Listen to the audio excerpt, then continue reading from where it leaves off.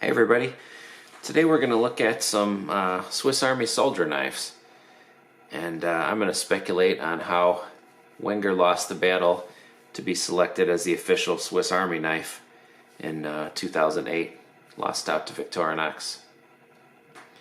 So starting here just with a quick background, this is the 1961 design. This is a 1997 Wenger, but it served well for over 40 years, I think until 2008. It's rugged, it's compact,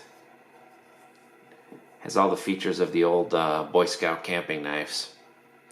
But in 2008, the Swiss military, if that's the right term, militia maybe is the better term, decided to come out with a new knife, and they held a contest or a trial, and the entry from Wenger was the Ranger 78. And the entry from Victorinox was this guy, what's now known as the Soldier. So I'm going to go through a couple issues, a couple of points, and I'm going to speculate as to why I think the Victorinox won out. Okay, first of all, the Victorinox is the more ambidextrous design. If you look at the blade, you can open it with one hand from either side. And actually, you could argue that it's easier left-handed because it's so much easier to undo the liner lock, close it left-handed. But anyway, if you look at that, the reason is that the blade is in the middle of the stack. So it's equidistant from each side. If you made it more than 3 layers, it would be harder to reach over and get your thumb in the hole. But as it is, it's easy to get from each side. Whereas on the Wenger, it's closer to this side. So it's all the way on the other side of the tools, and maybe if I were a lefty I could get that open, but I can't do it. You know, I'm decent with my left hand, but I can't really do it. Now it's easy to open right-handed, and it's beautiful. They use the shield as the actuator for the liner lock, so you can slap it shut and it just flies right shut. It's a beautiful thing, but only if you're right-handed. The next thing is the blade treatments. So you'll notice on the, okay, you're out of here, buddy. You'll notice on the Victorinox, it's serrated towards the tip. I call it steak knife serrations. Everybody was a little bit disappointed at first with that. But if you think about it from a practicality standpoint, it makes a lot of sense. Now, probably a lot of what someone's going to use this for is cutting up food. You're cutting up food against a plate or something hard. You use probably the last third or half of your knife, and if it's serrated, you won't dull it. Now, if you get into an emergency situation, you got to fight with the knife, and it's serrated towards the tip, that's going to tear through clothes like nobody's business. So, it's another win. And the only thing I would complain about on the blade is just that it's chisel ground. The edge is only sharpened on this side. That would be common for serrations, but it's kind of disappointing for the plain edge part. Still usable, but You're gonna do any whittling or whatever, you can use that, no problem. It'll work better for right-handed people though than left for that kind of use. The next thing is the rubber trim. On the Victorinox, all around the side here, it's got rubber trim and then these grip panels here. So it is a little bit more grippy with that rubber compared to the Wenger. It's got a hard glass-filled nylon. It's got some knurling here, which is not bad, but it's not quite the same caliber as the rubber trim on the Victorinox. The saw, now here's one where the Wenger clearly wins, but I guess they didn't count it for too much.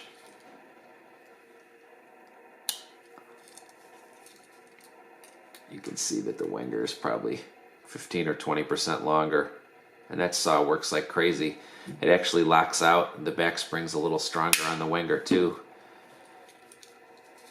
but maybe that's not going to be a very commonly used tool.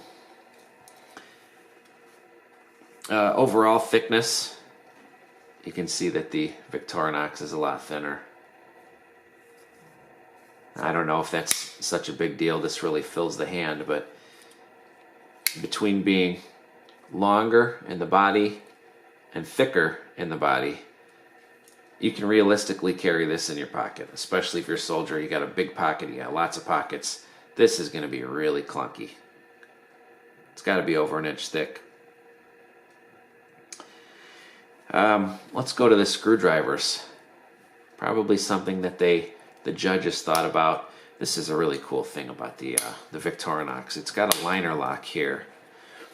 And I don't know, you can see it here.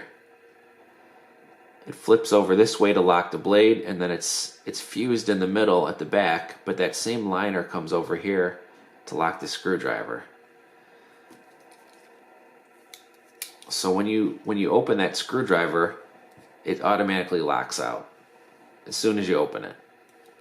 And it's a nice big thick screwdriver. They were probably thinking, well, just as often as screws, soldiers are going to use it as a pry bar.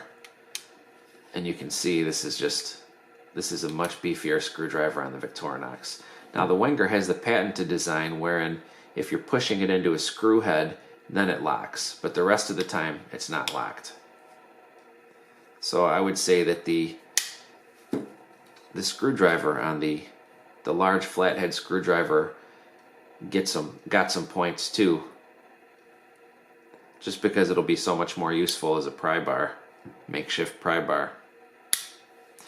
The camouflage color may have had something to do with it.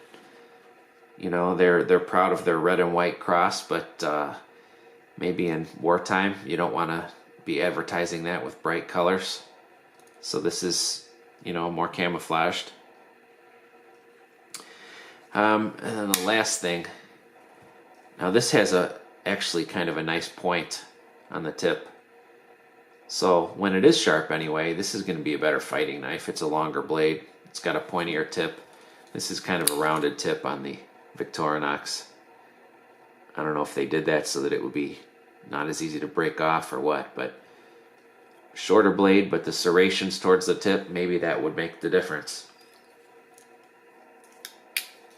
So that's why I think the Victorinox won. Now if you like this, if you like the Victorinox Soldier, but you're wondering why couldn't I have the toothpicks and tweezers, and I'm not really a soldier, I don't need the serrated tip on the knife, well, you're in luck. Victorinox makes a model called the Trekker, which is functionally identical to the Soldier, but they offer it in a plain edge version, a full plain edge version with a proper blade sharpening grind where it's sharpened on both sides. So this is one of my favorite models right here. I have this for fun and for history, but I never carry it. The one that I carry is the one-handed Trekker plain edge, because I gotta have my toothpick and tweezers.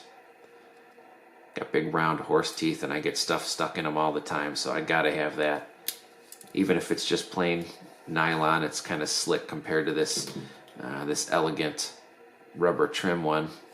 But between the toothpick and the tweezers and the plain edge that's easy to sharpen and that has a proper grind on it, this is my favorite.